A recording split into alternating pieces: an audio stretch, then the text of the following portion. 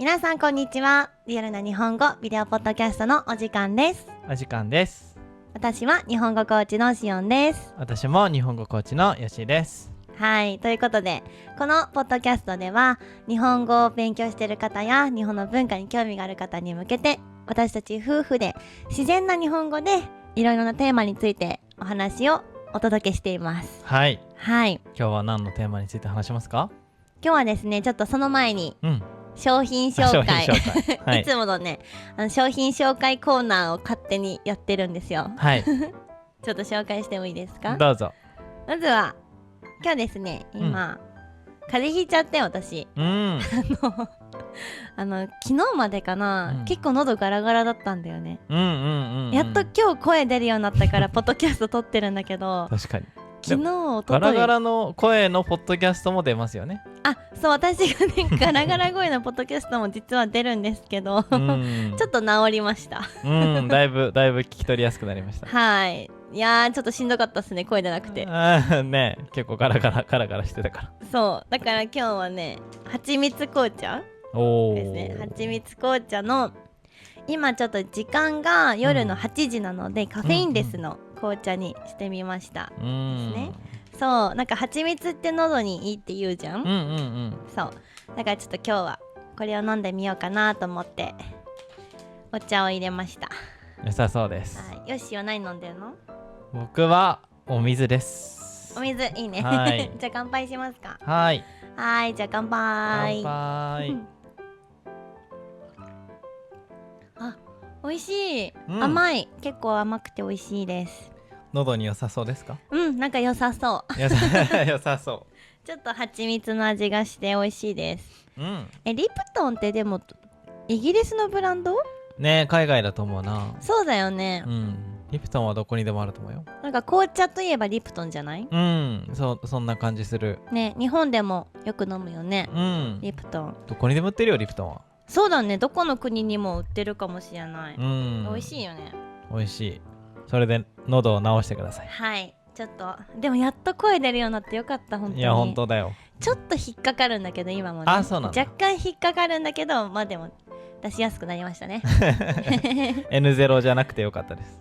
どういうこと？ガラガラポッドキャストは聞き取りがむずすぎて日本語検定の0みたいな。N1 より上ってこと？そうN0 それはただ単純に日本人でも聞き取りづらいよね。そうむずい確かにむずいからね。本当に声ガラガラだったよね。いや本当にガラガラよもうなんかね、お店行った時の店員さんもびっくりするぐらいだったよね。そう、あまり喋りたくなかった大丈夫ですかって言われちゃうそう、みたいな顔で見られちゃう。声ガラガラすぎてね。よかったです。よくなった。はい、よかった、治って。ということで、あとですね、これはチンスコーって知ってる？知らないよね、みんな。知らない。ね、沖縄来たことある人は知ってるかな。そうだよね、日本人でも知らない人はいるかもしれないよね。なんか沖縄の名物、そう、なんか沖縄のお土産といえばチンスコーみたいな。それの雪塩っていう宮古島の島、はい、間違えた、宮古島の塩宮古島の塩ですね。はい、宮古島でも島があるから島の島になっちゃうね。そうなんですよ。はい、宮古島の塩ということで、沖縄県の宮古島っていうちょっと離島があるんですよね。沖縄の本島があって、私たちは沖縄の本島に住んでるんだけど、沖縄の本島のちょっともっと南かに、宮古島っていうちっちゃい島があります。多分ちょうど絶対ここに写真が載ってると思うんですけど、めちゃくちゃ綺麗なビーチですね。めっちゃ綺麗。行ったことあるよね、一緒にね。行ったことある。何年前だっけ？3年前とか？そうだ、フィリピンに行く前だから、私たちが。3年前か。そんくらいだね。すごい。めちゃくちゃ綺麗でね、区域も綺麗で。めっちゃ綺麗だった。なんか日本で一番綺麗って言われてるよね。言われてると思う。海が。そうね。宮古島めちゃくちゃいい。そう。そこのなんか塩、有名な塩があって、雪塩みたいながあって、そこのなんかチンスコです。チンスコはなんかね、クッキーみたいな感じ？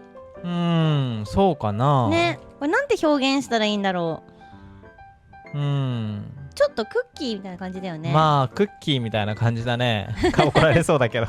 なんだよこれ。わかんないけど、もっと適切な表現があるかと思って。私たちもどうやって作るのかよく分かってないんだけどそうね。なんか沖縄のお土産といえばチンスコ確かに、はい、ですね。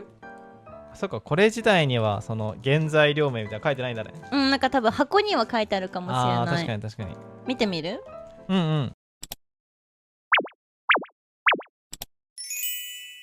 原材料は、小麦粉、砂糖、ラード、ショートニング、塩、だけ。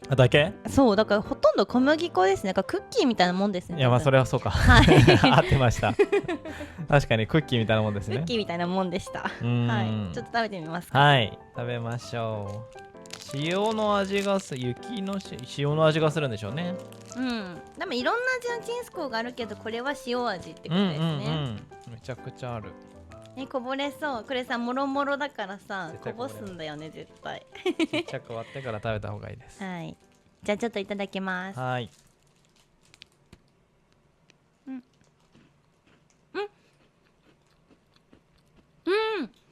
おいしい。塩？塩の味がちゃんとする。いただきます。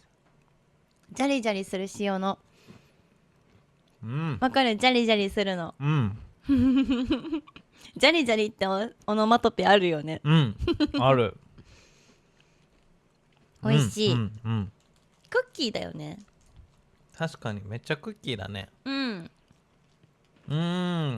塩だね。結構塩の味する。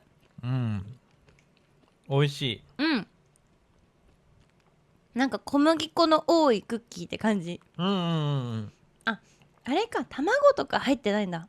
牛乳とか。なんか普通のクッキーって入れるよね。入れるね。クッキーにさ入れる卵と牛乳。でもそれ入ってないね。なんか結構喉乾くよねチンスコって。もう水分めっちゃ持ってかれるね。なんかめっちゃ喉乾く。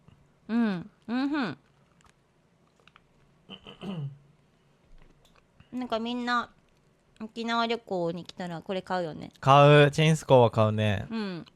まあチンスコ沖縄でしか見かけないしね。ないね。美味しい。あとサーターアンダギーね。なんかドーナツだよねあれ多分。ドーナツだね。ドーナツみたい。あれも喉乾くけど。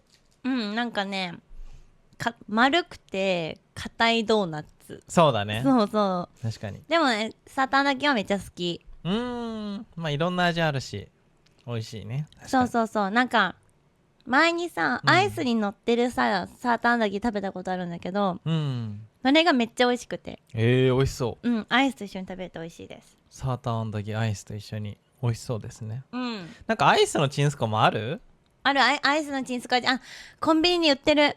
コンビニ売ってんの？そう、私の友達がめっちゃ美味しいって言ってたんだけど、私まだ食べたことなくて、次ちょっと食べてみようかなと思って。コンビニに売ってんの？売ってるらしい。どこ？沖縄県の？マジ？ローソンとかに。知らんかった。でもなんかあんまり食べる気しなくてそうなんかチンスコのアイスみたいなまあ確かにそうだからでも友達が食べてみて美味しいって言ってたからそう食べてみようかなって次。沖縄でしか売ってないよね多分。てかコンビニでアイス食べるなんかアイスクリームでしょ。なんかそうね。なんかなんかね小さい頃時にぐらいしか食べてないかも。そうなんだよね。なんかもうさ、食べなくなっちゃったよね。食べない。アイスクリームあんま食べない。なんかね大人が買いに行って食べてたらなんか子供みたいじゃん。そんなことないよそんなことないけどそんなことないそんなことないんだけどなんかそんな欲しくなくなってきたまあそうね、まあなんか味が想像できるし。そうもう散々今まで子供の頃食べてきたしそうなんかもういいかなみたいなまあアイスクリーム大体こういう味だよねみたいなのあるからね。あとねやっぱ北海道のソフトクリームはめっちゃ美味しいからやっぱ食べたくなるんだけど、なんか例えば300円400円とか出してコンビニで買うかってなっちゃうんだよね。なんかそれだったら普通にソフトクリーム食べたいなって思っちゃう。なるほどね。それはちょっと舌が超えてます。そっか北海道に勝てるわけないでしょソフトクリーム。いやそりゃそうだよ。そうなの。でもあれ好きです。山餅っていうさアイスあるんだけどさ知ってる？山餅柔らかい餅みたいなやつ。そう餅がなんか何個か入ってる小豆とかなんか抹茶とかいろんな味あるんだけどそれめっちゃ好き。美味しいですあれは。それもね今度紹介したらいいね。ポッドキャストで。確かに、今度買ってきましょう。買っていきましょう。でもあんまりこっちで見かけないんだよね。コンビニに売ってない。沖縄のコンビニは売ってないんだね。でもスーパーとかならあるかもしれないけど、コンビニで見かけたことなくて。確かにそういえばそうだね。そう確かに本島というか内地にはあるのかな。あると思う。東京とかには全然売ってるし、売ってたよね。確かに沖縄はそういうの入ってないかもね。そうだから好きなアイスが売ってなくて食べなくなったのはある。確かに北海道にいる時めっちゃ食べてた。食べてたよね私。いやめっちゃ食べてた。めっちゃ食べてた。コンビニ行くたびにアイス買ってたよね。食べてた、食べてた。めっちゃ食べるやんと思ってた。言われてたもんね、アイスめっちゃ食べるやんって。だから北海道の後にフィリピンか、行ってフィリピンにあんま美味しいのが売ってなくて、そっからなんか全然食べんくなったね。そうなの。なんかねフィリピンに売ってるアイスクリーム甘すぎて。そうだね。そうなんか私も日本にいた時も山餅とかそうちょっと和菓子っぽい小豆系のアイスが好きだっただけど、ないじゃんフィリピンにはさ。ないそんなんないでしょ。なんかもうチョコとかバニラとかじゃん、砂糖まみれのね。そうだから、あんま好きじゃないなみたいな、そしたら食べなくなったっていうね。でもいいことなんじゃない？いやそうアイス卒業した卒業素晴らしい。でもいいことですね、いいですよ。今はもうほんとたまに食べるぐらい。アイスね。でも食べないな、俺も全然食べないな。食べないよね。食べないあんま食べないね。ほんと旅行に行った時とかにそうね食べるくらいじゃない？とかなんか温泉行った時の、なんか温泉の上がった後とかね。そう食べるけどそんな食べないね。そうね、まあ大人になったということですね。よかったです大人になったということではいまあそんな感じですね。はいじゃあ今日はちょっとどんなテーマで話すんでしたっけ？今日はねやっと家に帰ってきたというところで、今までは今週先週、何がありました？1週間ね那覇にいたんだよね。そうですね。沖縄のメインのなんていうの町か、メインの町、なんか人口がたくさんいる町が那覇っていう場所なんだけど、そこに1週間ぐらい泊まってたんだよね。泊まってました。ちょっとイベントがありまして。あら何をしてたんですか？私先生を育成する仕事、日本語の先生を育成する仕事もやっていて、そこの、トレーニングしてる講座生さんたちが、沖縄に大集合してくれまして。日本全国からね。そうです2日間イベントやってました。おーすごい。何人ぐらい来ました？でも全部で12、3人かな。14人か。ゲストぐらいで。そう運営も合わせて一次会の初日は多分14人ぐらい来てたよね。まあそんぐらいかも。はいにプラス私たちことむすびの運営メンバーが12345人ですね。はいなんで20名弱でイベントをやったということで。多いですね。そう前回ね大阪でオフ会やった時、前回も大阪で同じような会を初めて開催した時は、8人ぐらいか、運営も含めてね。そうね運営含めて8人。でも運営あれ4人ぐらいいたでしょ。だから4人5人ぐらいかゲストさん、そう生徒さんが4人5人来てくれて、ちっちゃくオフ会をしたのが第1回目で、今回が20名弱ということでめっちゃ多いじゃん。めっちゃ増えてるじゃん。そうめっちゃ増えた、去年大阪はいつやった？去年じゃない去年やったか。今年今年か。大阪4月の末。そう今年の話なんだ。そうだよ。ちょうど3ヶ月ごとにこうやってる。そういうことね。そうです。すごい。どうでしたかオフ会は？楽しかったですね。すっごい準備大変だったよね。でもちょっとねいろんなコンテンツを詰めすぎましたからね。そうせっかくね日本全国から来てくれるというねこともあったので、何か学びになるもの、オフ会に来たからこそこう持って帰れる何かこう学びだったりとか体験っていうのを感じてもらいたくて、いろいろね直前まで打ち合わせして、確かにそういろいろ準備しましたね。そうね、確かに結構2日間にわたってやるっていうのがね、そもそも前回があれ何時間3時間やった大阪のオフ会って4時間ぐらいだね。4時間で1回目やって、今回をしかも沖縄県那覇で2日間そうやりました。だいぶレベルアップしないとね。そうコンテンツも用意しないといけないし、であとね、その前回の大阪開催からこの3ヶ月で新しく入ってくれた受講生の方も多いよね。そうなんですよ、うんうんうん、今まで0期1期2期ってあって、うん、3期の方が6月に入ってくれたんですけど、うん、3期の方も今回、そうね、はい、ニューメンバーということで、うんうんうん、はい、オフ会に来てくれて、確かに、はい、いろんな人がいたね。いろんな方いました。日本語教師ですでになんか成果を出されている方とか、まだデビュー前の人とか、なんかいろいろごちゃ混ぜでいい刺激になりましたね。ですね、学びになったし、私もやってよかったなと思いましたね。素晴らしい。はい、やっぱりね、どうぞ。そもそもオフ会はどうしてやったんですか、今回。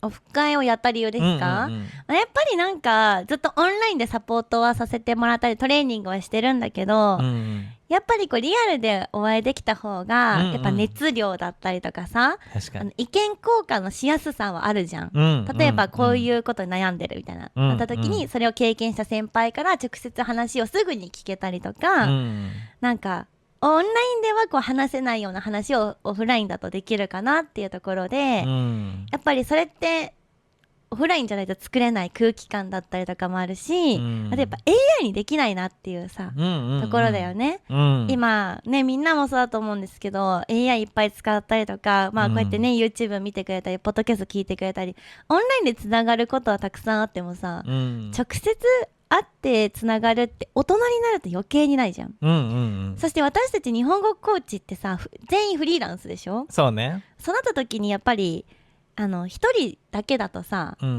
何か迷った時とか、うまくいっててもね正直多分ね心細いと思うの、この先どうなるのかなとか、例えば AI が出てきてなんかいろんなことが変わってきて、どうやって自分はこれからやっていったらいいんだろうとかってうまくいってても悩むと思うし、うまくいってなくても悩むと思うんだよね、そうだからこそこうなんか集まって同じ仕事をしてる仲間と意見交換したりするのがいいのかなって。確かに確かにフリーランスだとね、在宅でそもそも働けるし孤独感を感じやすいから、なんかモチベーションが下がったりとか目標が分からなくなったりするけど、その3ヶ月に1回のオフ会に来ることによって仲間意識も芽生えて目標も設定できて、なんかまた3ヶ月後出会いましょうみたいな、仲間意識持てるみたいな感じですかね。そうなのでもうその場でねもう次のオフ会も決定して、確かにそう次は10月にね福岡で、あらはい開催することになりました。早いですね。そうやっぱねいいよね。撮ってるのが7月の末ですか、そう今日は7月31日明日で8月1日もうあと2ヶ月じゃないですか。そうなのだから結構時間ないんですよ。結構時間ないですね。そうで私たち新しいプロジェクトも今ね、いっぱいやっていて、もうすぐね、教科書のアプリのリリースがあると思うんですけど、それもまだ調整中だし、たくさんね、やることいっぱいあるんですね。やることいっぱいありますね。はいなんかオフ会終わったと思ったんだけど、もっとやることいっぱいあったと思ってあとオフ会は回数重ねていくごとにそのね参加する方の期待値が上がっていく、でなんかまあもちろん次回こういうことができたらいいよねみたいな改善点も出てくるから、だんだんハードルが上がってくる、ね、いやまさにそうどんどんリッチになってるしどんどんリッチになって結構ハードルだよね、プレッシャーもそうねありますね。確かに。だからみんなのその期待値を超えないといけないなっていうものもありますねそうね、はい、でもありがたいことに、今回次の福岡オフ会からは、私がトレーニングしてる講座生の先生たちも、一部の方が有志で参加してくれて、運営に入ってくれるということだったので、よりスタッフの方も増えるので、そうね、はい、できることは増えるのかなっていうね、そういろんな人巻き込んでいかないとね、そもそも運営メンバーが少ないですからね。そう運営も事前準備まではほぼ2人でやってたのね、私ともう一人のすみかちゃんっていう子なんだけど、その子って2人で結構やってたから、で直前にみんなで私のこと娘メンバー他のメンバーにも加わってもらって調整はしたんだけど、ずっと2人でやってたからちょっと辛かったそうでも今回からたくさん仲間も入ってくれて、運営メンバーもがっつり入ってくれることになったので、もう動いてますね、次のオフ会のためにもそうね、もう動いてる。そうそうキックオフミーティングみたいなね。そう、もうちなみに、運営メンバーの子ではるかちゃんって子がいるんだけど、その子はもう明日会場の下見に行きますって言って3カ所くらい回ってくれる。早明日まだ8月1日だよ。そう早い。でもね、なんかやっぱおしゃれな場所で私たちやりたいじゃん、ってなってくると結構土日の時間が割ともう9月ぐらいにはもういっぱいらしくて、9月までかもうその狙ってる会場が結構埋まっちゃってるみたいな。今日時点でもう9月末までが埋まってるんや。そうだから結構早めに動かなきゃいけなくて、だからもう明日早速見に行ってもらって。素晴らしいね。そうなんですよ。あら、じゃあもう着実にオフ会も進みつつ、教科書のアプリもね、明日、リリース。明日は、今の講座生産向け、私がトレーニングしてる先生にまずは仮リリースっていう形で、皆さんにお届けする前に、一度ちょっと先生たちでもっとブラッシュアップさせてもらいたいので、仮リリースって形で、今私がトレーニングしている先生たちの生徒さんと私の生徒さんだけが使える状態になります。まあテストリリース的な感じですね。はい、テストリリースになります。それもまだちょっと調整中みたいな感じ。いやもう明日にはリリースして、そこから多分1ヶ月ぐらいはブラッシュアップ期間になるかなっていう風な感じですね。確かに確かに。で、年末までにいろんな施策動いたりとか、年始にも施策動いたりとか、まあその準備がある感じですよね。そうなんですよ。まあ、あと前提基本的に運営メンバー日本語教師をやっている人が多いから、自分の生徒も抱えつつそれを回しているみたいな感じですよね。そうなんですよ。大変そう、スタッフでいつもお手伝いしてくれてる子も、みんな生徒さんも20人以上抱えてたりとかしながらこっちを手伝ってくれてるんで、普通にみんな忙しいね。忙しいよね。めちゃめちゃ忙しい。結構隙間時間にやる量じゃないことをやってるみたいな。そうなんですよ。そうなの、本当にそうなの。本当にありがたいんですけどね、本当に頑張ってくれていて、はい、そんな感じですね。ありがとうございます。本当にありがたいですね。そう、このねメンバーもどんどん増やしていきながら、より良いものを届けていきたいですし、日本語を勉強したいっていう外国人の皆さんに向けても、いろんなサービスねこれからやりたいんですよね、実は。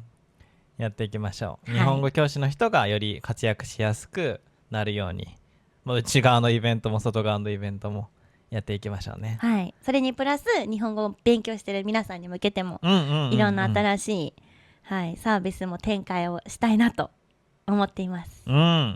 非常に楽しみです。はい。なんかそういえばね、オフ会になんかオフ会でいろんなコンテンツあったと思うんですけど、なんかありましたね、大きなサプライズみたいなのが。そうなんですよ。びっくりしたよね。そうね。私全く気づかなかったの。気づいてた？いや、気づくわけがない。だよね。なんか何があったかというと、まず最初の日にみんなで勉強会、20人くらいで勉強会をした後に、夜お食事会ですね。そうね。そう、沖縄のしゃぶしゃぶ有名なんだけど、豚肉をしゃぶしゃぶするね、料理屋さんに行って、普通にご飯会、みんなで交流とかしたんだけど、なんかね、突然なんかケーキを持ってきてくれて、そうね、何って思って、誰のって思ったんだけど、そうね、誰かの誕生日かなと思ってた。そしたら私たちへのね、結婚のお祝いだったということで、いや本当にびっくりしたね。あれは予想できなかったです、全くできなかったね。ありがたいですね。全く気づかなかった。気づいてない。そう、あれはすごいね。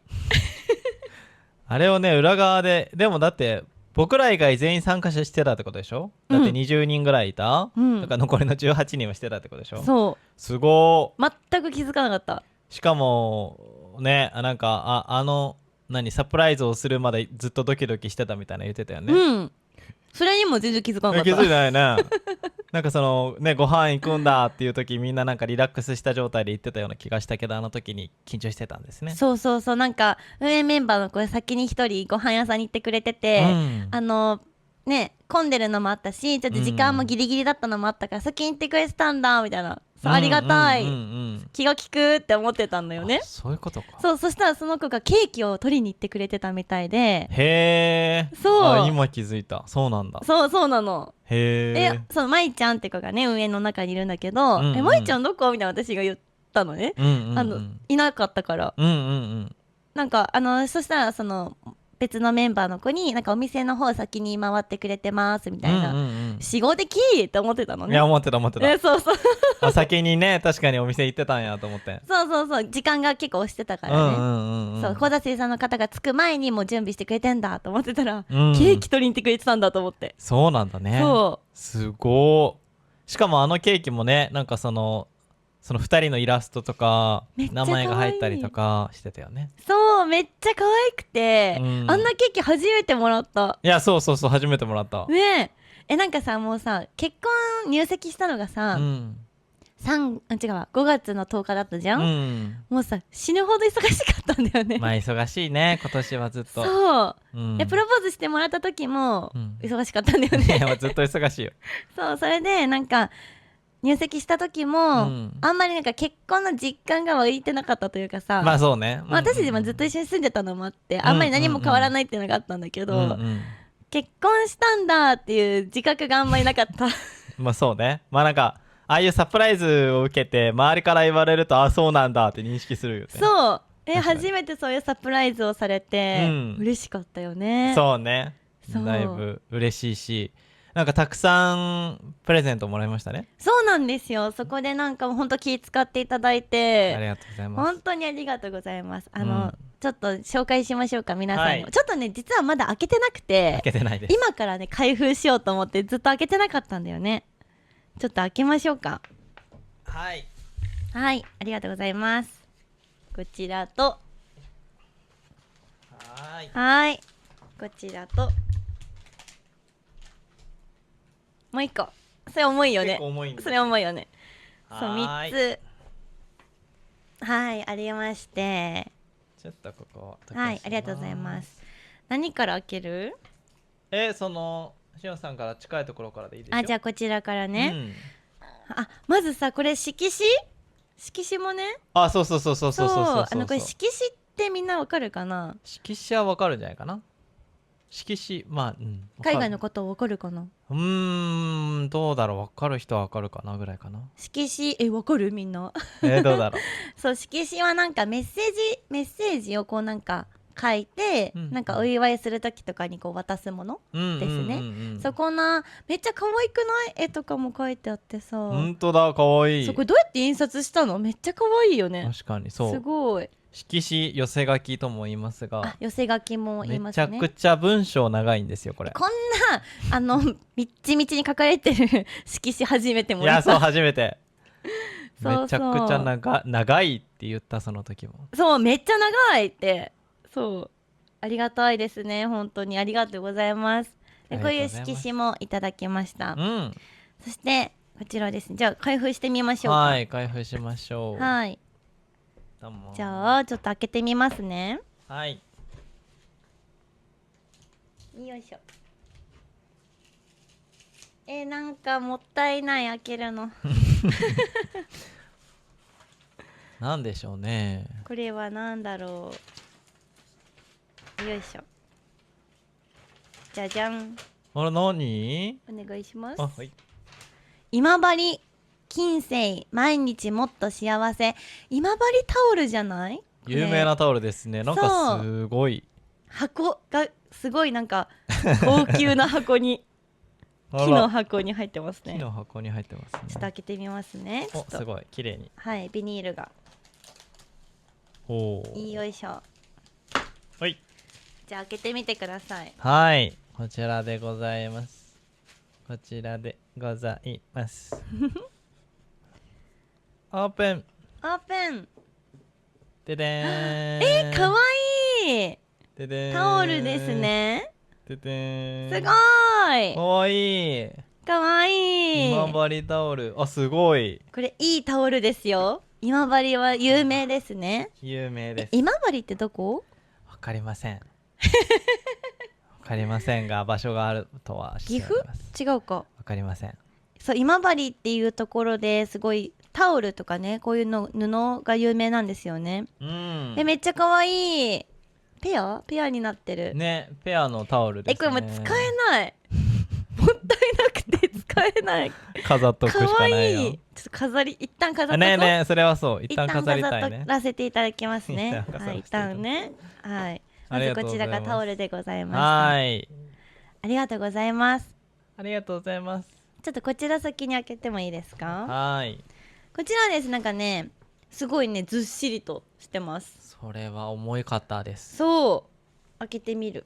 よいしょよいしょ。こちらも初めて開けます。あら。なんかさ。バックインバック。よいしょ。こちらですね。重たい。重いんですよ、それ。はい。ちょっと開けてみますね。リボンをほどきます。よいしょ。なんか書いてある。コーヒーって書いてある。あ、コーヒーなんだこれ。そう、コーヒーベースですって言われた。へえ。そう。よいしょ。よいしょよいしょ。お。開けてみます。はーい。重たい重たい。よいしょ。ちょっと待ってくださいね。ここ私爪切ったばっかりで開かないかもしれない開きそうです。よいしょ。爪切ったばっかりでさ開かない。いけますか？ここですね。そうそう。爪切っちゃった爪切っちゃったばっかりで爪が全くないですいけそう？よいしょ。開きました。おー、かわいい。めっちゃかわいい。瓶だ。すごいかわいい。カフェラテベースだ。行こう。カフェラテベースです。なのでミルクとこれを割って飲むやつですね。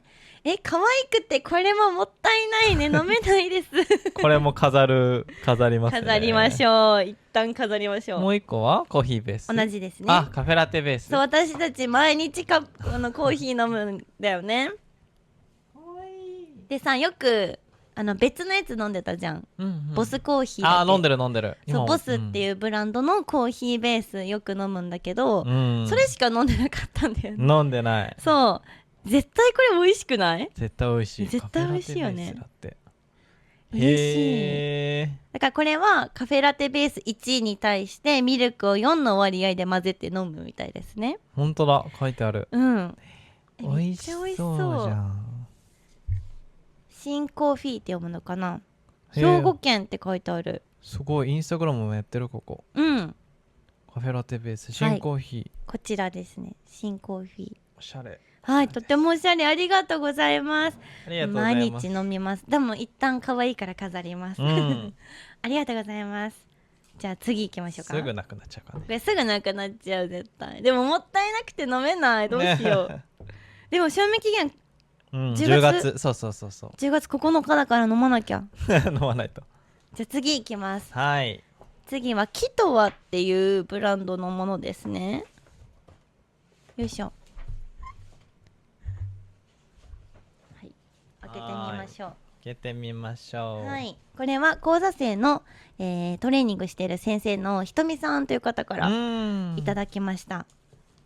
そうなんでしょうか。はい、開けるのもったいない。可愛くてなんかもうさ、ラッピングから可愛いね。ラッピングから思いが込められてますね。はい、よいしょ。なんだろう、ちょっと開けてみましょう。全く想像がつきません。はい、バックインバック。またさらにバスエッセンスギフトセットヒノキゆず。ヒノキとゆず。開けてみます。はい、よいしょ。開きますか。よいしょ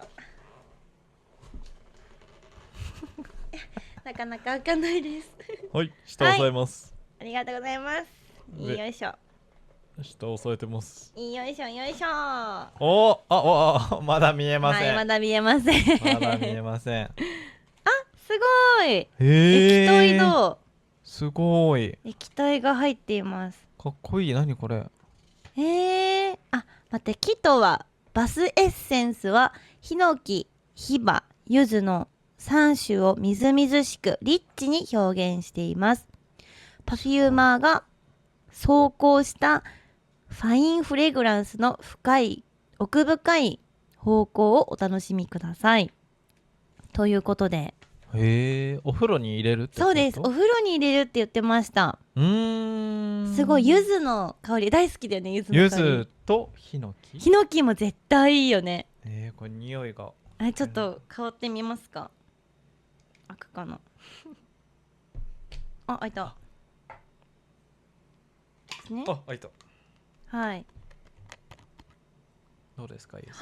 めっちゃいい香り。あー、これはね、めちゃくちゃ好きな香りです。ちょっと柚子先にどうぞ、柚子どうぞ。こちらがヒノキですね。はい。ヒノキは木ですよね。おー、めっちゃ柚子でしょ。めっちゃいい。ヒノキだ。なんか旅館の香り。旅館の香り。もう旅館ですこれ。ちょっと嗅いでみてください。旅館ですか、ヒノキ。またまた素敵。めっちゃ旅館だ。そう、めっちゃ旅館の香りでしょ。めっちゃ旅館の温泉の香りだわ。そう、高級な旅館の香りがする。めちゃくちゃ嬉しいな。ありがとうございます。私お風呂大好きだからさ、お風呂入るときめっちゃ長いよね私。長い。もう24時間ぐらい入ってるかもしれない。そんなわけない。24時間はそんなわけない。めちゃくちゃいい。どれくらい？でも8回分って書いてある。なんかね、内キャップ約4杯 200ml に対し 25ml の割合で混ぜて入れてくださいとのことです。約4杯。これを4杯？そうそうそうみたい。ね。これはなんかすぐ使いたいな。本当だね。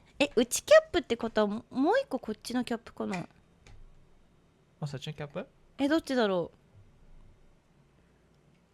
そうかも。内キャップだからこっちかも。それはそうかも。だよね、これさ、これは入れすぎだよ。4杯無理だよね。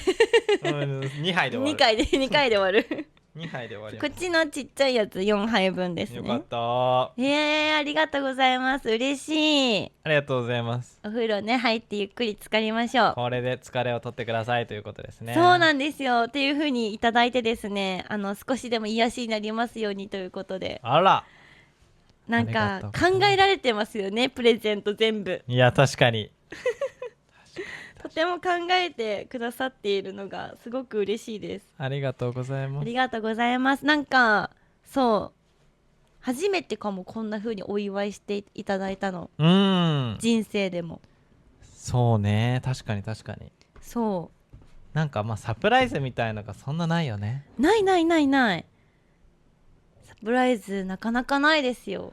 なんか仕事会社を退職するときはなんか寄せ書きみたいなのをもらうけど、なんかね予測できたりするからね。そう予測できちゃうよね、そういう時は。私ももらったことある、退職の時に。だよね。他の人が辞める時もらってると自分も辞める時もらうんだって思う、ね、そうそうそう思うよね。でも今回のご飯会に関しては予測はしてなかったね。全く知らなかったんで、びっくり仰天でした。飲みましょうとか言ってたね。そう、乾杯とか言ってたのにいっぱい食べてとか言ってた。そうで結構でもあれだいぶ終盤だったね。なんかもうそろそろみんな帰るかなみたいな時間の時だったよね。そうだからラストオーダーぐらいで、そうなんかそろそろ大丈夫そうみたいな感じになってた時に、そうね、もう帰るかなと思ってたのね。ねえ、すごい嬉しい。いや使えない、タオル可愛すぎて。タオルはふかふかだよ絶対これ。ちょっとふかふかだよこれ。ちょっと一旦飾りましょうね。はい、飾りましょう。コーヒーも飾る？一旦飾って1本飲もう、まずね。そうね。1本飲んで、10月9日までなんで。そうね、10月9日だって2ヶ月ぐらいですね。そうって言ってたらあっという間なんですよ。いやそうだよ。だってコーヒーってさ1日に飲める量って限られてるじゃん。だから計画的に飲まないとなんか最後もうガブ飲みみたいになっちゃうから。確かにね、意外とね。そう意外にもったいなくて渋ってたらね。そうこれは別にいつまででもいいのかな。大丈夫そうですよ。バスエッセンスはそうだよね。8回分もこれで入れるなんてお得だね。すごいね。まずどっちから入ろうね。どっちも良かった、いい香りすぎて。いいんじゃない、交代交代で。交代交代にしましょうか。交代交代。いや本当にねありがとうございます。ありがとうございます。こんなんなかね初めてじゃない、なんか結婚式もさしてないからさ、してないね。なんかお祝いされたっていうのが初めて。そうだね。確かに確かに。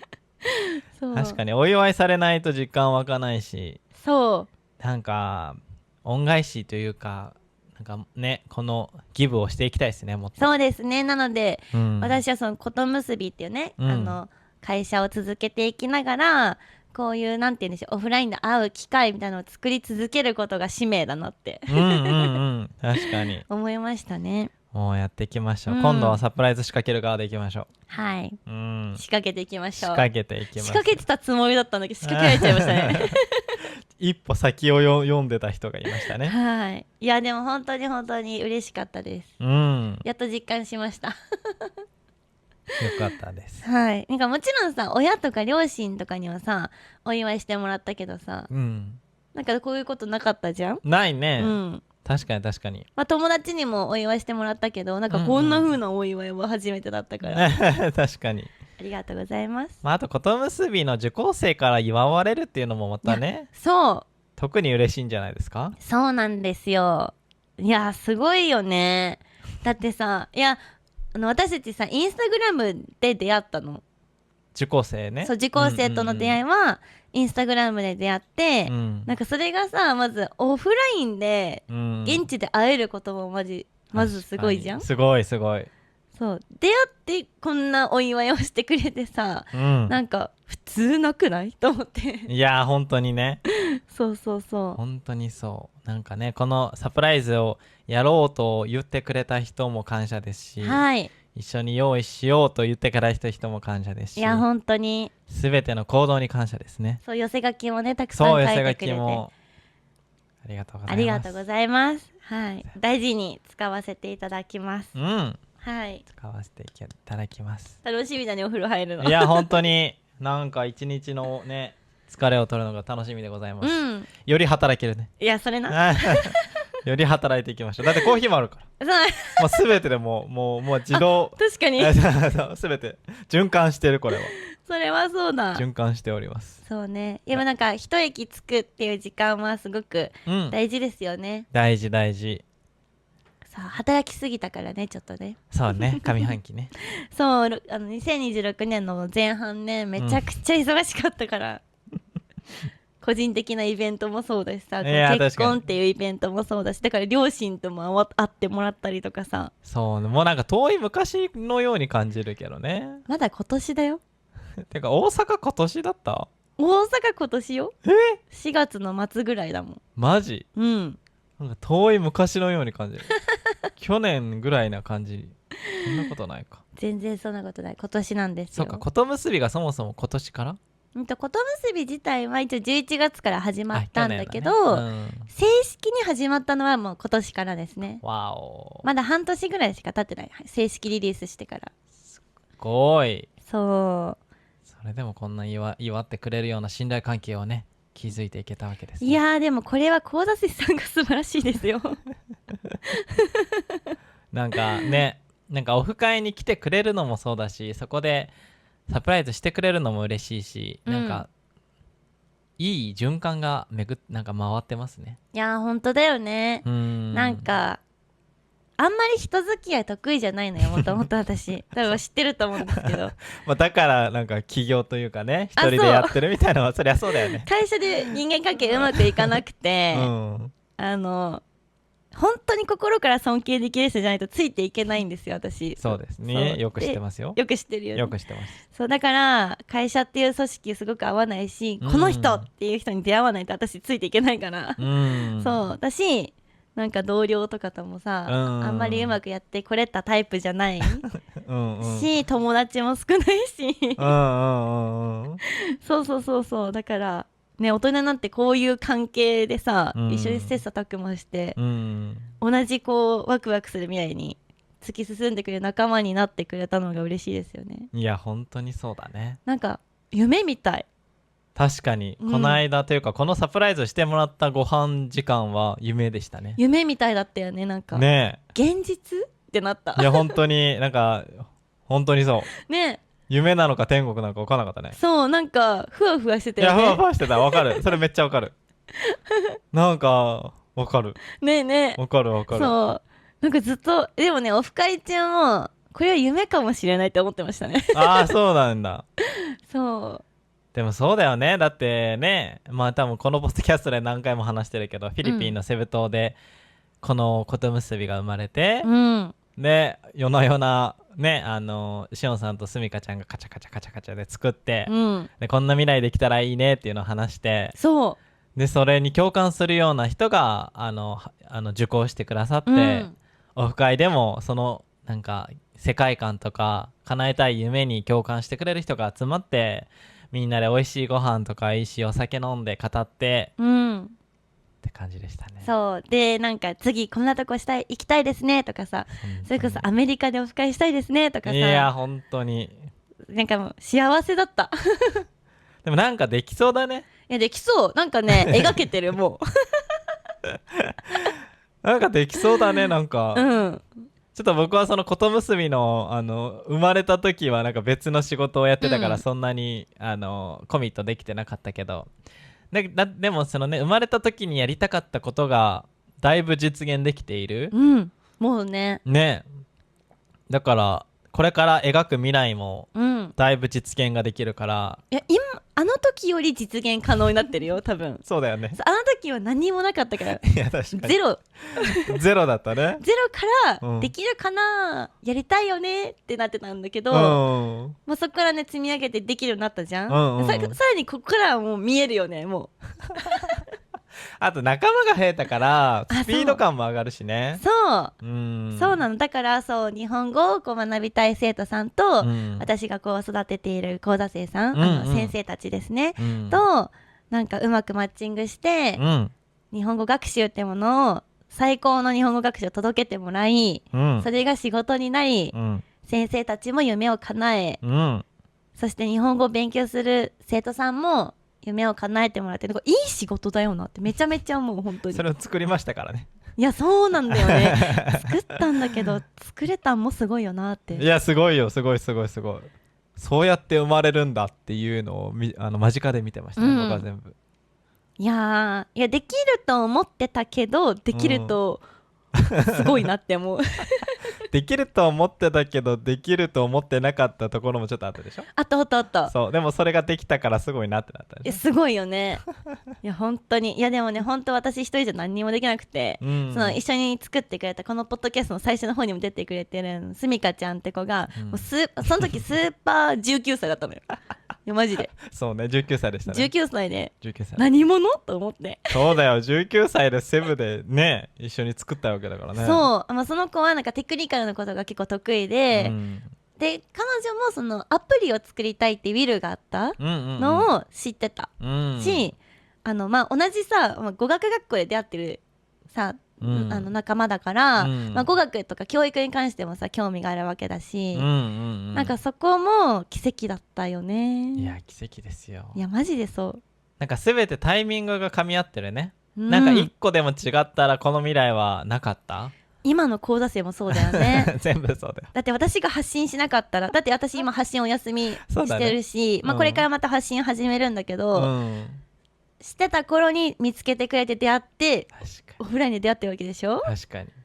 しかもあれインスタのアカウントってフォロワーに200人しかいないんですよ。200人ぐらいしかいない。どうやって見つけたんって、そのオフ会の時にも結構話したけど、なんかみんななんか見てたら見つけましたみたいな感じだけど、その見つかる確率も高すぎない？いやそうだっすごいて全然私リール動画も5本しか出してないし、基本的にストーリーズなんかフォロワーさんにしか見られないようなストーリーしかやってなくて、そこでね感じ取ってくれたのもすごいよね。いや本当に、だってフォロワー200人でオフ会に20人来たでしょ。そう10分の1来てる。どういうことどういうことどういうことだからこれからやっていけばあと180人ぐらい来るかもしれない。いやだから本当にそうだから1000人になったらそれこそね100人になるかもしれない。確かにいつか200人オフ会をやるかもしれないね。ありえますよ。でもそうなったら面白くない？そうね、確かにそうなったらもうなんかもっとでかい会場でね、でかい会場もうホテルとかのいやそうねカンファレンスみたいな。まあもうね、もう日本じゃなくてもいいかもしれないしね。いやそれな、海外でやってもいいかもしれない。だってもうなんか沖縄でやっちゃったからね。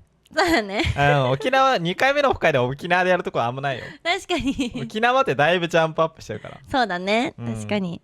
いやそう、まあ、次はね海外オフ会もそうだし、もっともっと、なんだろう、先生たちにも成長してもらったりとか、新しいこう日本語学習の体験を届けてもらったりとか、そう私たちもねまだチャレンジしたいことがいっぱいあるんですよね。そうだね。そう私たち基本的に101のレッスンしか今してないんだけど、グループレッスンだったり、例えばみんなも多分 JLPT の勉強とかもねしてると思うんですけど、JLPT の特化コースを作ったりとか、例えば日本でお仕事がしたいっていう海外の方もたくさんいるから、その方に向けて面接の対策のレッスンだったりとか、あとは働くための日本語とかね、あと生活するための日本語とか、そういったところを教えられるような、もっともっと皆さんにとって必要なコンテンツを届けられるような先生をこう育てるっていうミッションもありますね。ありますあります。はい。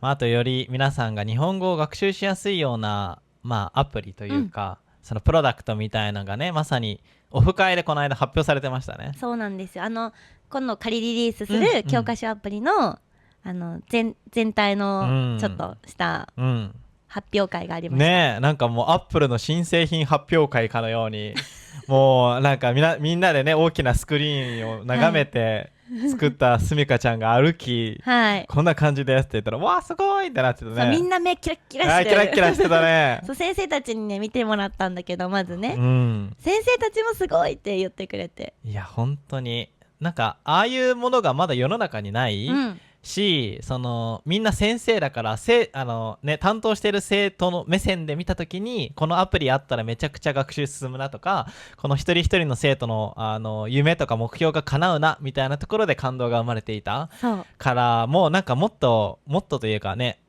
なんかそういうコミュニティでやりたいですよね、ことむすびは。いやまさにそうなんですよ。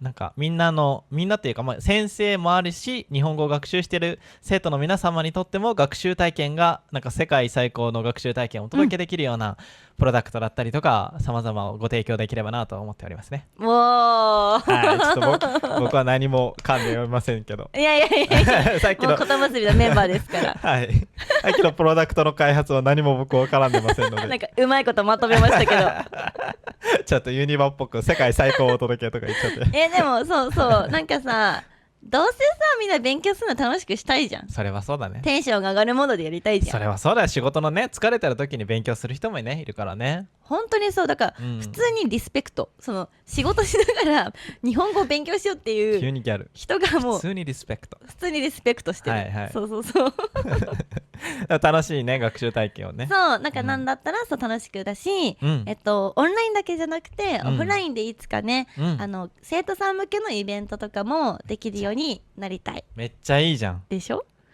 全世界に住んでいる人を日本に呼んだりとか、その逆もありだね。私たちが行くっていう、ね、そうアメリカオフ会でアメリカに住んでいる生徒さんを集めてなんかリアル日本語の授業とか、なんかもうそれこそ何かのアクティビティを一緒にやるのもいいし、夢広がりますね。そうやっぱさ、言語ってコミュニケーションのツールじゃん。そうね。そうだからみんな多分交流したいと思うし、日本語を使うっていうことをしたいわけじゃん、そうだからそれを提供できるようになりたいよね。いや確かに。そうなんかそういう海外でオフ会やったら、なんかこういうサプライズ僕ら受けましたというかご用意していただきましたけど、なんかその生徒が先生が来るっていうのでサプライズを用意しそうなシーンがめっちゃ想像できた。なんか先生が日本から来るってなったら、その生徒の人がなんか一致団結して、先生が何々が欲しいって言ったからみんなで買いに行こうって言って、なんかサプライズみたいのをやりそうなのがなんか想像できました。確かに、海外の方の方が得意かもしれないねえなんかちょっとはっちゃけそうですけどなんかそれも一個のエピソードになりそう。そうですね。なんかそういうさ、なんか AI にはできない体験を作るのが多分今後のなんかミッションになりそう。そうね、確かに、もうなんか今 AI だいぶ仕事できるから。そうだからさ、みんな集まって楽しくするってその集まるっていうのもただなんか集まるんじゃなくて、同じようなことに興味を持ってる仲間と集まるみたいなのがいいなって、いや本当にそう。私もねなんだろう、そういう目的がないとやっぱり集まれないじゃん、やっぱ大人になるとさ。まあ大人になるとどうしても優先順位がね、そうそうそうありますからね。そうそう私なんか何か同じことに興味があるって仲間だと話も弾むし面白いし、うんうんうんうん。いいんじゃないかなって。確かに、うんめちゃくちゃいいと思います。ワクワクしました。はい。ありがとうござだからいます。こと結びの挑戦はまだまだ続くということでアニメの終わりみたいな。はいワンピースですワンピースですね。全然終わらん。全然終わらん。でもこと結びも全然終わりませんから。はい、いやなんかそんな気がしていますね。うんうんうん。だからこう今の課題は持続可能にしていくこと。やっていきましょう。持続可能な事業にしていってね。そうです、続けていくっていうことですね。そうです。続けていけば皆さんも続けていけれるので、まずやっていきましょう。はい、はい、みたいな感じで、ちょっとこの前の先週1週間のエピソードをちょっと今皆さんにお話できたかなと思います。はい、はい、ぜひいつかあなたもオフ会に来る日が来るかもしれません。そうですね、ぜひぜひ、